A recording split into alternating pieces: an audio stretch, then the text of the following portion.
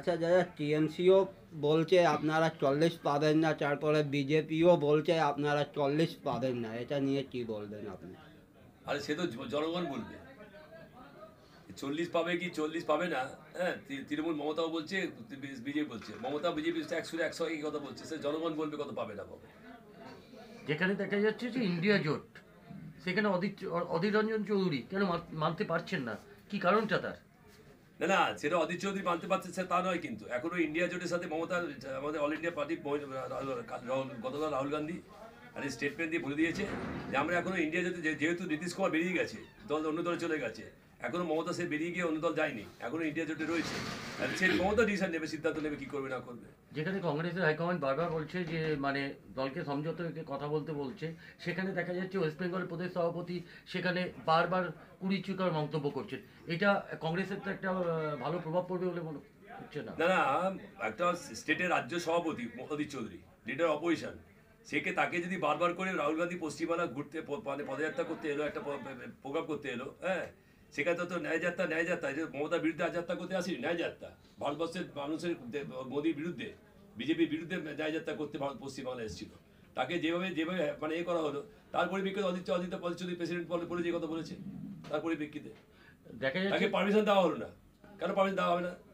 যদি Indian alliance যখন এখন পর্যন্ত রয়েছে, তাকে পারমিশন দেওয়া দেবে না কেন? পারমিশন তো মোদী গভর্নমেন্ট দেয় না, দিয়েছে Bengal government. Bengal government permission দিল না মোদীকে হাঁটাবার জন্য। ওখানে পরীক্ষার জন্য আপনার যাতে একটা বিশৃঙ্খলা না সৃষ্টি হয়, তাই জন্য ওখানে পারমিশন দেওয়া হয়নি। না না, কোনো বিশৃঙ্খলা হতো না, হয়নি। আমি নিজে ছিলাম, আমি নিজে গেছিলাম, আমি নিজে গিয়ে মানে ফালাকাটা থেকে, কোচবিহার থেকে ফালাকাটা থেকে আরম্ভ করে, মানে আলিপুর থেকে আলিপুরদুয়ার থেকে আরম্ভ করে আমি ছিলাম, সব যাত্রাতে ছিলাম। আমি দেখলাম যেভাবে মানে কীভাবে মানে প্রশাসন যদি কর্পোরেশন করতো, তাহলে এত বড় কোনো ঘটনা ঘটতো না। মানে রাহুল গান্ধীর গাড়ি যখন ভাঙচুর হলো, তাহলে আপনারা কি করে, তাহলে রাজ্যের দিকে আমরা আঙুল তুললেন কি করে? আপনারা কি জ্যোতিষী হয়ে গেছিলেন যে তখন যে আপনারা ভেবে নিয়েছেন যে রাজ্য এই কাজটা করিয়েছে বলে? যদি জোটে থাকে, আপনারা বলছেন, আপনি এইমাত্র বলেছেন যে এখনো পর্যন্ত মমতা বন্দ্যোপাধ্যায় জোটে রয়েছে, ভাঙেনি, তাহলে কি করে আপনারা তার দিকে আঙুল তুলছেন? না না, ভাঙেনি না, আমি বলছি যে এটা তো প্রশাসন দেখা দরকার ছিল। এখনো পর্যন্ত যদি মমতা বলে থাকে যে আমরা ভাঙিনি, আমরা করিনি, হ্যাঁ, তাহলে এতদিন ধরে পশ্চিমবাংলা পুলিশ, আমরা যেটা জানি পশ্চিমবাংলা পুলিশ খুব মানে দক্ষতার সাথে সব রিপোর্ট বার করে। 24 ঘন্টার মধ্যে এতদিন হয়ে গেল, আজ পর্যন্ত রিপোর্ট বেরোলো কেন? রাহুল গান্ধী গাড়িটা কে ভেঙেছে, কারা ভেঙেছে? প্রমাণ করুন মমতা ব্যানার্জি যে আমার দল ভাঙিনি, বা আমার দলে কি কোনো লোক জড়িত না এর মধ্যে। আপনার দলের মুখপাত্র বলেছে, তিনি স্টেটমেন্ট দিয়েছেন যে এটা দড়ির আঘাতে ভাঙা হয়েছে, কেউ রাহুল গান্ধীর গাড়ি ভাঙচুর করেনি। তাহলে আপনারা এত কনফিডেন্স বলছেন কি করে? না আজকে রাহুল গান্ধীর গাড়ি আমি জানি না, দেখিনি, সেটা শুনিনি আমি, হ্যাঁ, কিন্তু আমি বলছি যে প্রশাসন দেখবে তো, প্রশাসন এত বড় একটা ইনকোয়ারি করবে তো, একটা কোনো ঘটনা ঘটলে এত বড় রাহুল গান্ধী ভারতবর্ষের বুকে, আজকে 1 নম্বর ভারতবর্ষের বুকে, হ্যাঁ, একটা লিডার একটা পার্টির একটা নেতা, রাহুল ন্যাশনাল লিডার, হ্যাঁ, তার গাড়ি ভাঙচুর হয়েছে, তার প্রশাসন দেখবে না? যে সরকার দেখবে না যে কে ভেঙেছে? প্রকৃত সত্যটা আসুক না, কে ভেঙেছে না ভেঙেছে। আমি মনে করি আমাদের কর্মীরা, অন্তত কংগ্রেস যারা করে, তাদের কংগ্রেস কর্মীরা রাহুল গান্ধী গাড়ি ভাঙতে কখনো যাবে না, নিশ্চয়ই। এটাও তো হতে পারে আপনাদের যে একটা সিম্প্যাথি করছে, আমি দেখলাম যেভাবে মানুষ স্বতঃস্ফূর্তভাবে এগিয়ে এসছে, আমরা গাড়ি কাজ ভাগে রাহুল গান্ধী সিম্প্যাথি নিতে চাই না। মানুষ যেভাবে এগিয়ে এসছে, বীর সমাজের সাথে কথা বহরমপুরে বলেছে, মানুষ যেভাবে রাজীব গান্ধী দেখতে এসছে, আমি নিজে চোখে দেখেছি, ইসলামপুরে দেখেছি, ছাদের মাথার উপরে লোক কীভাবে দাঁড়িয়ে রয়েছে। আমি পুরো যাত্রায় ছিলাম, নিজে ছিলাম যাত্রাতে, কীভাবে মানুষ বহরমপুরে বীরভূমে থেকে আরম্ভ করে, বীরভূমে পারমিশন দিল না, শিখ মানে বলছি এটার জন্য, এই যে আজকে যে যাত্রার পারমিশন দিল না, হ্যাঁ, রাহুল গান্ধীকে বীরভূম ঢোকার জন্য দিল না, কারণ পরীক্ষা দেখাচ্ছে। তাহলে একা ধর্ণা হচ্ছে কেন? কি জন্য হচ্ছে? এটা তো ব্যাঘাত হতে পারছে, হচ্ছে তো যাতায়াত পথে হচ্ছে, ধর্ণাতে এতদিন ধরে বসে রয়েছে, সমস্ত প্রশাসন থেকে আরম্ভ করে থেকে আরম্ভ সব থেকে বসে রয়েছে এখানে, তাহলে সব মন্ত্রী বসে রয়েছে, যেখানে সারা ভারতবর্ষে পশ্চিমবাংলার বুকে একটা পরীক্ষা চলছে, তাকে সেটা অবসেশন হচ্ছে না। রাহুল গান্ধী তো হাঁটছে, রাহুল গান্ধী কোনো হলে গিয়ে দাঁড়িয়ে পরীক্ষা বন্ধ করতে যায়নি তো, তাকে প্রসেসর গিয়ে রাস্তা দিয়ে হেঁটে মানুষের সঙ্গে দেখা করতে গেছে, আর তো কিছু করেনি রাহুল গান্ধী।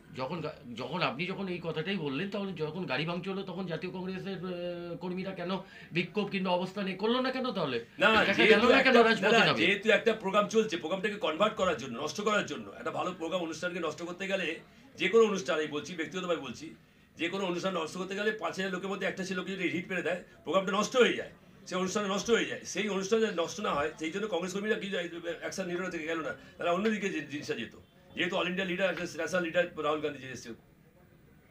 আপনারা বারবার রাজ্যের দিকে অর্থাৎ রাজ্যের মুখ্যমন্ত্রীর দিকে আঙুল তুলে দেখাচ্ছেন, যেহেতু যেখানে অভিষেক বন্দ্যোপাধ্যায় মঞ্চে নেই তারও আপনারা বিরোধিতা করছেন, তাকে নিয়ে আপনারা বলছেন কংগ্রেস না, বলতে আমরা চাচ্ছে না। জানতে চাই অভিষেক নেই কেন?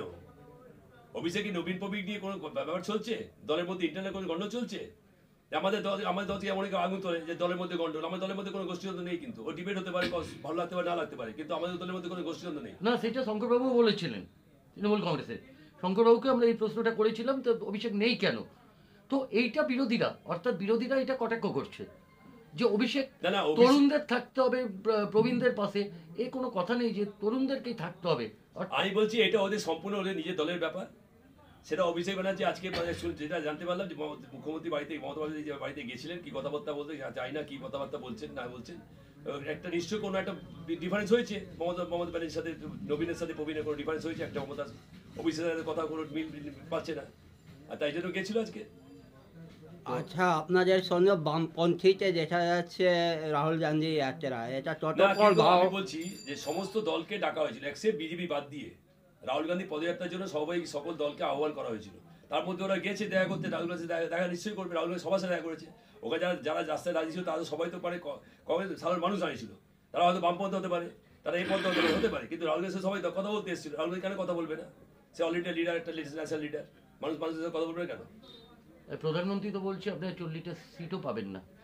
প্রধানমন্ত্রী অনেক কথা বলে, প্রধানমন্ত্রী অনেক কিছু বলেছিল যে এত লক্ষ কোটি লোকে চাকরি দিয়ে দেবো ভারতবর্ষের বুকে। কতগুলো চাকরি লোকে দিয়েছে ভারতবর্ষের বুকে? এত বেকারত্ব বাড়ছে কেন? আজকে এখান থেকে ওখানে লোক যাচ্ছে কেন, ছুটছে কেন? প্রধানমন্ত্রী অনেক প্রতিশ্রুতি দিয়ে এসছে তো। আজকে গান্ধী পরিবারের সাথে নেহরু পরিবারের সাথে গান্ধী পরিবারের সাথে নিজেকে মানে আসলে কি কংগ্রেসকে চেষ্টা করতে পারলে, ভারতবর্ষের নেহরু পরিবারকে চেষ্টা করতে পারলে মোদী শান্তি হবে না। মোদী জানি একমাত্র ভারতবর্ষের প্রতি কটা বুথে, ভারতবর্ষের প্রতি কটা জায়গায়, ভারতের বুকে একমাত্র প্রতি জায়গায় একটা করে কংগ্রেসের কর্মী পাওয়া যাবে আজকের দিনে। যত দিন খারাপ আসুক কংগ্রেসের পাওয়া যাবেই একদম। আগামী দিনে মোদী চলে গেলে, বিজেপি চলে গেলে করে বুথে এদের পরীক্ষা পাওয়া তো যাবে। আপনি তো একবার বলছেন রাজ্যে অর্থাৎ মমতা বন্দ্যোপাধ্যায় কংগ্রেসটাকে শেষ করছে, একবার বলছেন মোদী কংগ্রেসটাকে শেষ করছে।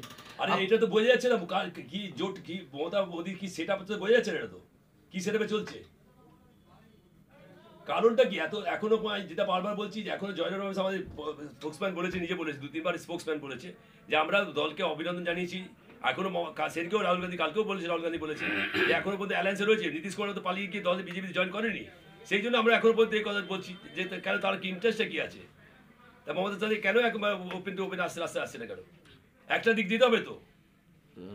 তাহলে আপনারা একলা চলো নীতি নিয়ে আপনারা কেন একলা চলতে পারছেন না কেন? তাহলে কোথায় আপনাদের খামতিটা? না, একলা চলো নীতি নিয়ে কংগ্রেস এখনো পর্যন্ত মানে বলেনি। আমরা যেহেতু সমস্ত দল ভারতবর্ষের বুকে যারা অ্যান্টি বিজেপি যারা রয়েছে, সমস্ত দল একসঙ্গে একটা অ্যালায়েন্স করেছে। সেই অ্যালায়েন্সে নীতিকেও বেরিয়ে গেছে, তারপরে শারদ পাওয়ার এরা অনেকেই রয়েছে এখনো পর্যন্ত ওরা যেহেতু বলছে যে যেখানে কংগ্রেস শক্তিশালী কম অল্প, তাও কংগ্রেস স্যাক্রিফাইস করছে তো। কংগ্রেস বলেনি যে আমরা পুরো সিটটা ভারতবর্ষের বুকে যতগুলো পার্লামেন্ট সিট আছে নেবো আমরা। যেটা তোমার যেখানে সেই শক্তিমান যে দলটা অ্যান্টি বিজেপি যে শক্তিটা যেখানে রয়েছে তাদেরকে ছেড়ে দিচ্ছে কংগ্রেস, তোমরা লড়াই করো। এইখানে টোটো সিট পেলে আপনারা Alliance এ থাকবেন। এইটা আমাদের এখনো পর্যন্ত সিদ্ধান্ত দলের মানে সুপ্রিম নেতৃত্ব জানিয়েছে, দলকে কথাবার্তা চলছে। খার্গেজি নিজে প্রেসিডেন্ট বলেছেন, যা বলার বলেছে। হ্যাঁ, ওরা ঠিক করছে, কতগুলো দেবে চেয়েছে, ওরাই বলতে পারবে। আমি জানি না ঠিক আছে কত অ্যাকচুয়ালি কত কি কথাবার্তা ভেতরে রয়েছে। জাতীয় কংগ্রেস যেভাবে রাজপথে নেমে আন্দোলন করে, দেখা যাচ্ছে এখন বর্তমানে সেই আন্দোলনের তেজটা জাতীয় কংগ্রেসে নেই। কারণ কি তারা কি ভয় পাচ্ছে? সিবিআই ইডিকে ভয় পাচ্ছে? জাতীয় কংগ্রেস করে কাউকে ভয় পায় না, মানে কংগ্রেসের কোনো লোকের মানে এরকম কারো স্ট্যাম্প নেই তো পিঠে। এই যে আজকে যে মানে এখানে যা অবস্থা এবং ভারতবর্ষ তাই অবস্থা তো। আজকে অমিত শাহ ছেলে কি ছিল জয়সা, কোথায় গেল? আম্বানিরা কোথায় কার সাথে আছে? ভারতবর্ষে কংগ্রেস কাউকে মানে এ করে না, এত কেলেঙ্কারি করে কংগ্রেসের কাউকে পাওয়া যায়নি, এত কেলেঙ্কারি। তো আগামী দিনে আপনারা 24-এর লোকসভার জন্য কিভাবে আপনারা গুটি সাজাচ্ছেন? আমরা অলরেডি একটা ইলেকশন কমিটি ডিক্লেয়ার করে দিয়েছে। ইলেকশন কমিটি মানে নির্বাচনী কমিটি আমাদের পশ্চিমবাংলায় অলরেডি অ্যানাউন্সমেন্ট এআইসিসি থেকে জেলা কুমার, যে আমাদের এআইসিসি অবজারভার ইনচার্জ যিনি আছেন, উনি করে দিয়েছেন অলরেডি। হ্যাঁ, কেসি বেণুগোপাল একটা অলরেডি অ্যানাউন্সমেন্ট কমিটি করে দিয়েছে। আমরা সেইভাবে রাস্তায় নেমেছি আজকে থেকে শুরু হয়েছে। আমাদের কিছু নেতারা জেলা গেছে, যারা কমিটিতে যাচ্ছে, সেইভাবে সংগঠন তৈরি করে যাবে, যেখানে ঠিক করা হবে কারা কত দাঁড়াবে। Thank you.